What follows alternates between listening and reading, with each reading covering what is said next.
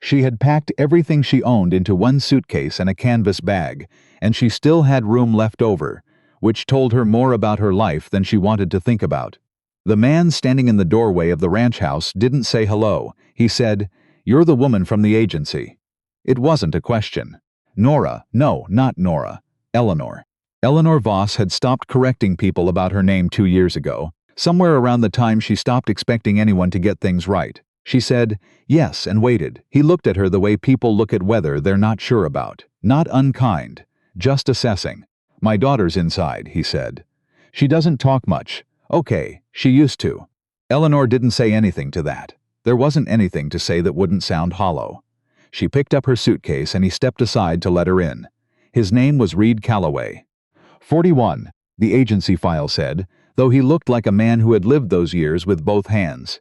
He ran the Calloway Ranch outside of Marlow, Texas, 312 acres of red dirt and cedar, and a herd of cattle that had been in his family since before he was born. His wife, Diane, had died 14 months ago. His daughter, Penny, was 7, and according to the agency file had not spoken a single word since the funeral. Eleanor was 28 years old, out of work, and had $47 in her checking account. She was not a grief counselor. She was not a child psychologist. She had a teaching certificate she hadn't used in 3 years, a reference from a family in Austin who had let her go when they moved abroad, and absolutely no other options. She told herself that was fine. She told herself she was exactly the kind of person this job needed. Someone with nothing left to lose, and therefore nothing to be afraid of. She was lying, and she knew it. The bedroom they gave her was small and faced west. In the evenings, the light came through the curtains in long orange bars, and she would lie on the bed after Penny was asleep and watch the dust move through it. She had done this as a child, too, in a house not unlike this one, in a part of Oklahoma that looked at Texas and felt jealous. She had not thought about that house in years. Being here was making her think about it constantly. Penny was watching her, not in a frightening way. In the careful way of a child who has learned that adults are unpredictable and has decided to gather data before drawing conclusions. She watched Eleanor make breakfast. She watched Eleanor fold laundry. She watched Eleanor sit down at the kitchen table in the evenings with a book she wasn't really reading, and she watched Eleanor pretend not to notice that she was being watched. Eleanor did not push. She had been warned not to, by the agency, by the intake coordinator, by the thin-voiced woman on the phones who had said, "Penny communicates, just not verbally. Pay attention." Eleanor was paying attention. On the 4th day, Penny left a rock on Eleanor's pillow. A small one, rust-colored, with a thin white stripe running through it. Eleanor put it on the windowsill where she could see it. On the 5th day, there was a second one. Reid Calloway was polite to her in the way of a man who has been raised to be polite to people he doesn't know what to do with. He said please and thank you. He cleaned up after himself. He knocked before he came into any room she was likely to be in. He was, in every measurable sense, an easy person to work for. He was also gone before 6 in the morning and rarely back before 7 at night, and on the occasions when he was home for dinner, he sat at the far end of the table from Eleanor and talked to Penny in a low voice about the things he'd seen that day: a coyote near the east fence, a hawk nesting in the old water tower, a calf that had gotten stuck in a gully and looked embarrassed about it. Penny listened with her chin in her hand. She did not speak, but she laughed once at the calf, a small involuntary sound that she seemed surprised by herself. Reid looked up and caught Eleanor's eye across the table. She looked back down at her plate. She told herself she had no opinion about Reid Calloway's eyes. She told herself this was a job, and she was a professional, and she had $47 in her checking account, and she could not afford to be foolish. She was becoming aware, becoming slightly foolish. The problem arrived on a Thursday. His name was Drew Calloway, Reid's younger brother, and he drove up in a truck that had been washed sometime in the last week, which was more than could be said for Reid's. He had the same build as Reid, the same jaw, but something around the mouth that Reid didn't have. A looseness, like a man who had never been required to hold anything together. He sat at the kitchen table and drank the coffee Eleanor made and looked at her the way she didn't like being looked at. "You're new," he said. 3 weeks, Eleanor said. Longer than the last one. She didn't ask about the last one. She went back to wiping down the counter. "Reid treating you okay?" "He's a good employer." Drew laughed at something. She didn't know what. He's a lot of things, Drew said, and left it there. When Reid came home that night, he found Eleanor in the kitchen and Drew at the table, and something in his face went very still. He said, "Drew," in a tone that was not unfriendly and also was not warm. Drew said, "Hey, brother," and finished his coffee and left shortly after. Later, Reid came and stood in the doorway of the kitchen while Eleanor was washing the dinner dishes. He stood there long enough that she turned around. "He bother you?" Reid said. "No." Reid nodded. He looked like he wanted to say something else. He didn't. She turned back to the dishes. She heard him leave. She heard his boots on the porch steps, and then the creak of the porch swing, and she stood at the sink for a moment with her hands in the warm water and made herself breathe. The lawyer's letter came on a Monday. She knew it was significant because Reid read it twice at the kitchen table, which she had not seen him do with anything, and then he folded it very carefully and put it in his shirt pocket and went outside and stood by the fence for a long time looking at nothing. She didn't ask. It was not her business. But Penny was watching her, and Penny looked worried in the specific way children look worried when they know something is wrong and the adults are pretending otherwise. So at lunch, Eleanor sat down next to Penny at the kitchen table, which she did not always do, and she said, "Do you want to go look for more rocks this afternoon?" Penny looked at her. Then she nodded. They went out past the barn to the dry creek bed that ran along the south pasture. Penny knew exactly where to look. She had a system. She moved methodically along the bank, crouching to examine things, discarding most, keeping a few. Eleanor followed her and tried to be useful and mostly stayed out of the way. At some point, Penny stopped and held up a rock. It was larger than the others, dark gray, almost perfectly round. "That's a good one," Eleanor said. Penny looked at her. She looked at the rock. She pressed it into Eleanor's hand. Eleanor held it. The weight of it was surprisingly solid. "Thank you," she said. Penny looked at the creek bed. Then she looked back up at Eleanor and very quietly said, "You're staying, right?"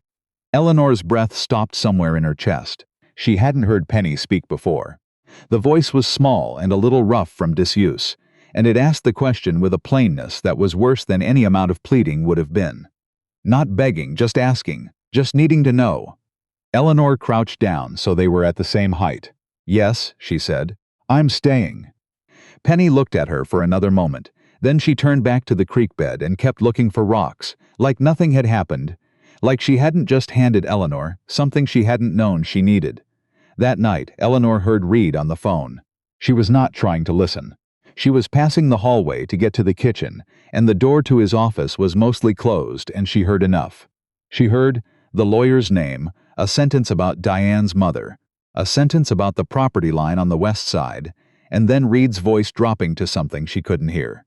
She kept walking. She got a glass of water and stood at the kitchen window and drank it in the dark. Diane's mother.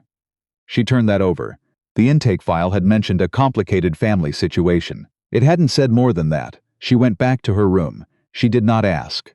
The next morning, Drew came back. This time he came when Reid was gone. He stood at the door and knocked, and Eleanor opened it, and he said with his too easy smile, "Morning, Reid around?" "No. Mind if I come in and wait?" "He might be a while," Eleanor said. "I don't mind." He looked past her into the house. "Is Penny here?" Something in Eleanor's chest did a thing she did not like. "She's resting," she said, which was not true, because Penny was at the kitchen table with a book, and Drew probably knew it. "She's still not talking," Drew said, and his voice had that same looseness in it, that same quality of a man who has never had to be careful with things. "She's doing just fine," Eleanor said. Drew looked at her. She held his gaze without any particular effort. She had grown up with men like Drew, men who mistook pleasantness for weakness and silence for permission. She had learned young that the way to handle them was to be very still and very direct, like standing still in front of a dog that might or might not bite. "Tell Reid I came by," Drew said. "I will," she said, and closed the door. She stood in the hallway for a moment. Then she went back to the kitchen and sat down across from Penny and picked up her own book and said nothing about it. Penny looked at her from over the top of her book. Eleanor turned a page she hadn't read. She told Reid when he came home. She said it plainly. "Your brother came by this morning, about 9. He wanted to come in and wait. I told him you might be a while." Reid set down the hat he'd been holding. "What did he say?" "He asked if Penny was here. He asked if she was still not talking." Something moved through Reid's face. She had learned to read him in the way you learn to read weather, not by looking directly at it, but by watching what it does to the things around it. He was very controlled, Reid Calloway. He felt things the way a river feels pressure. It doesn't show on the surface, but it changes the current underneath. "Thank you for telling me," he said. "I thought you should know."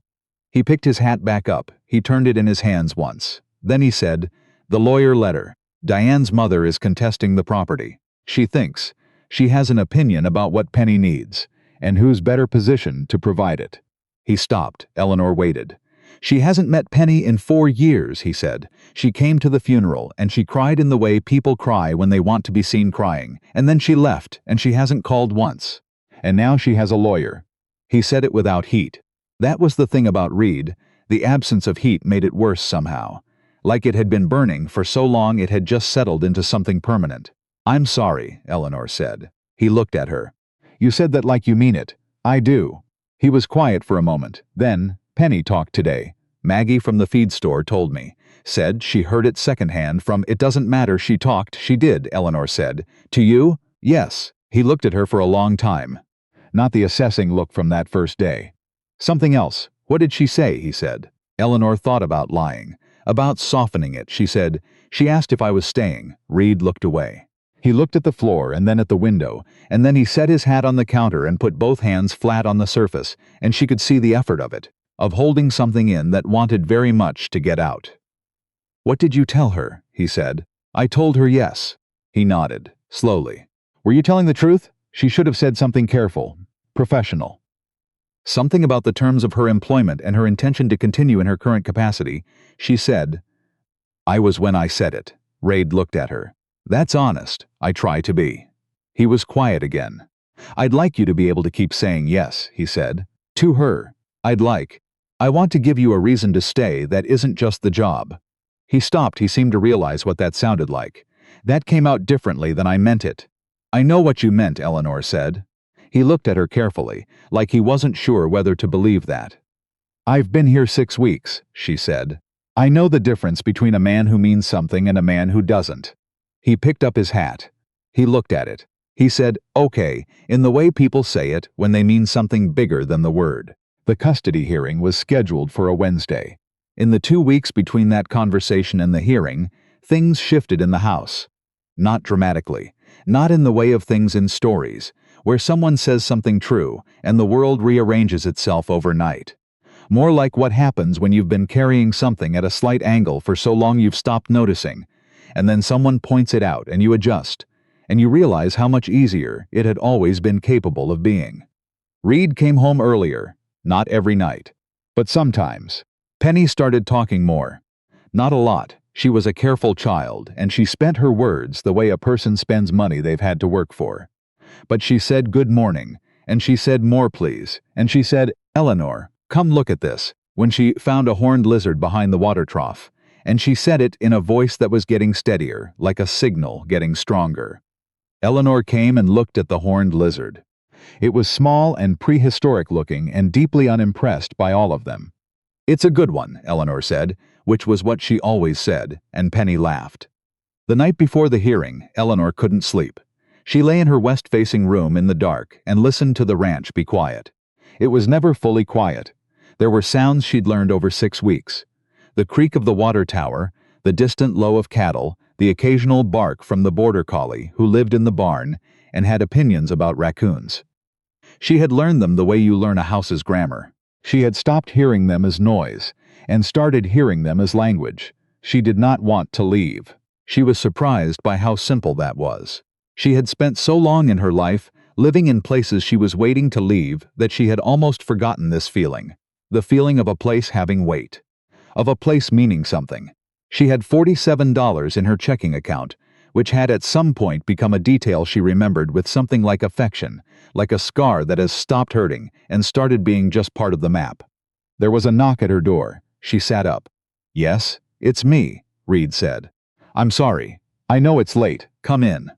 He opened the door but didn't come in. He stood in the doorway the way he always stood in doorways. Like he was waiting for permission he wasn't sure he'd been given. It was one of the things she had come to understand about him, that quality, the carefulness. A man who had learned that spaces belonged to people, and you didn't enter them without being asked.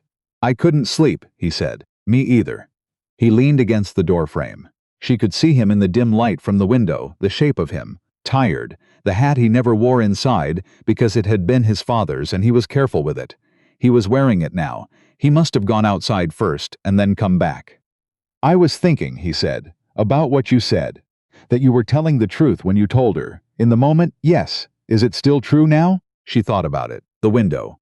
The rocks on the sill, there were 9 now, the horned lizard's expression of contempt, the sound of the water tower. Penny's voice, steadier every day. "Yes," she said. "It's still true," he exhaled. It was a sound she hadn't heard from him before, pure relief, with no performance in it.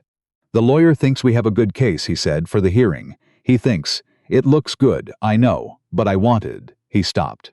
"I don't know what I'm trying to say." "You wanted to not be alone with it tonight," Eleanor said. He looked at her. "Yeah," he said. "That's it." She moved over on the bed. She sat with her back against the headboard on top of the covers, and after a moment he came and sat in the chair by the window. Not close. It wasn't that. It was 2 people in a room at night who had stopped pretending that everything was fine and found out, to their mutual surprise, that this was more comfortable than the pretending.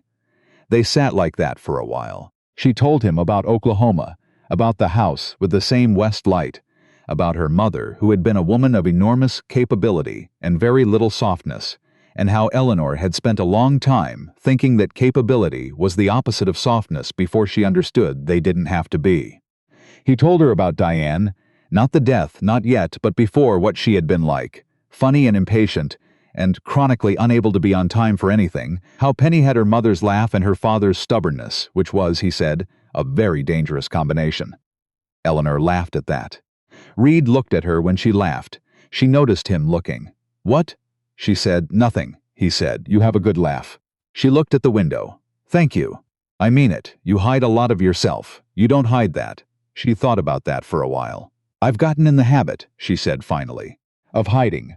When you move around a lot, it's easier to be portable. Less to pack. That sounds exhausting. It is. You could stop," he said. "Here, if you wanted." She didn't say anything. The night outside was very still. I'm not saying it as a condition," he said, "of the job." "I'm not, I know," she said. "Reid." He stopped.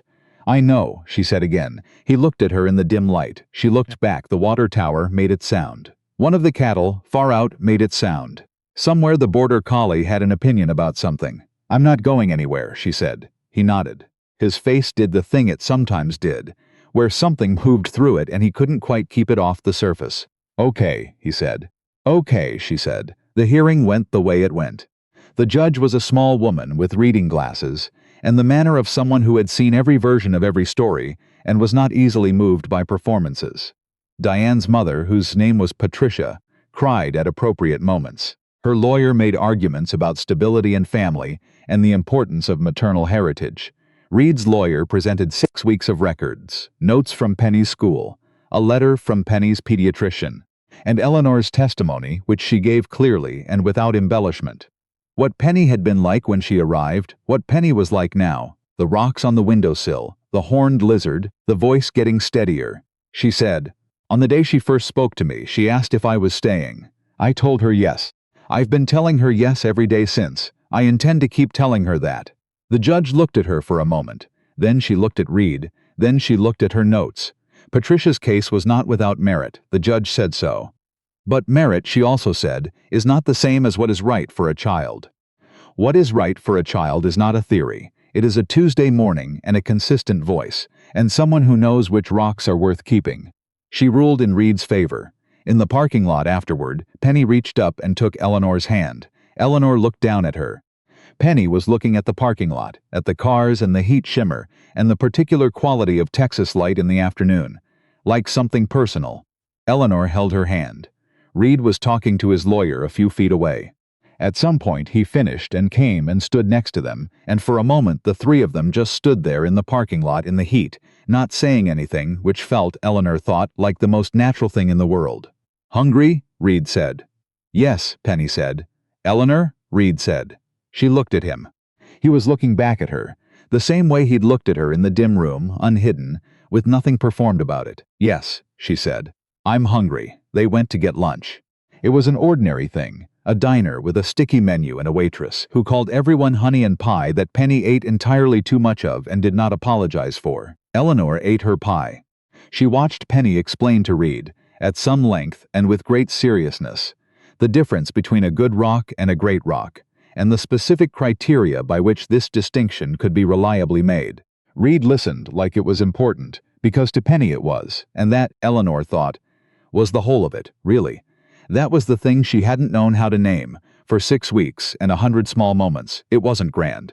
It wasn't the word love, which she had always thought of as a large, dramatic thing, something that announced itself. It was the quality of attention. The way you could tell a person's character not by what they said about themselves, but by what they listened to, and how, and whether they let it matter. She drank her coffee. She looked at the window at the flat Texas afternoon outside. She thought $47. She thought 9 rocks. She thought, yes.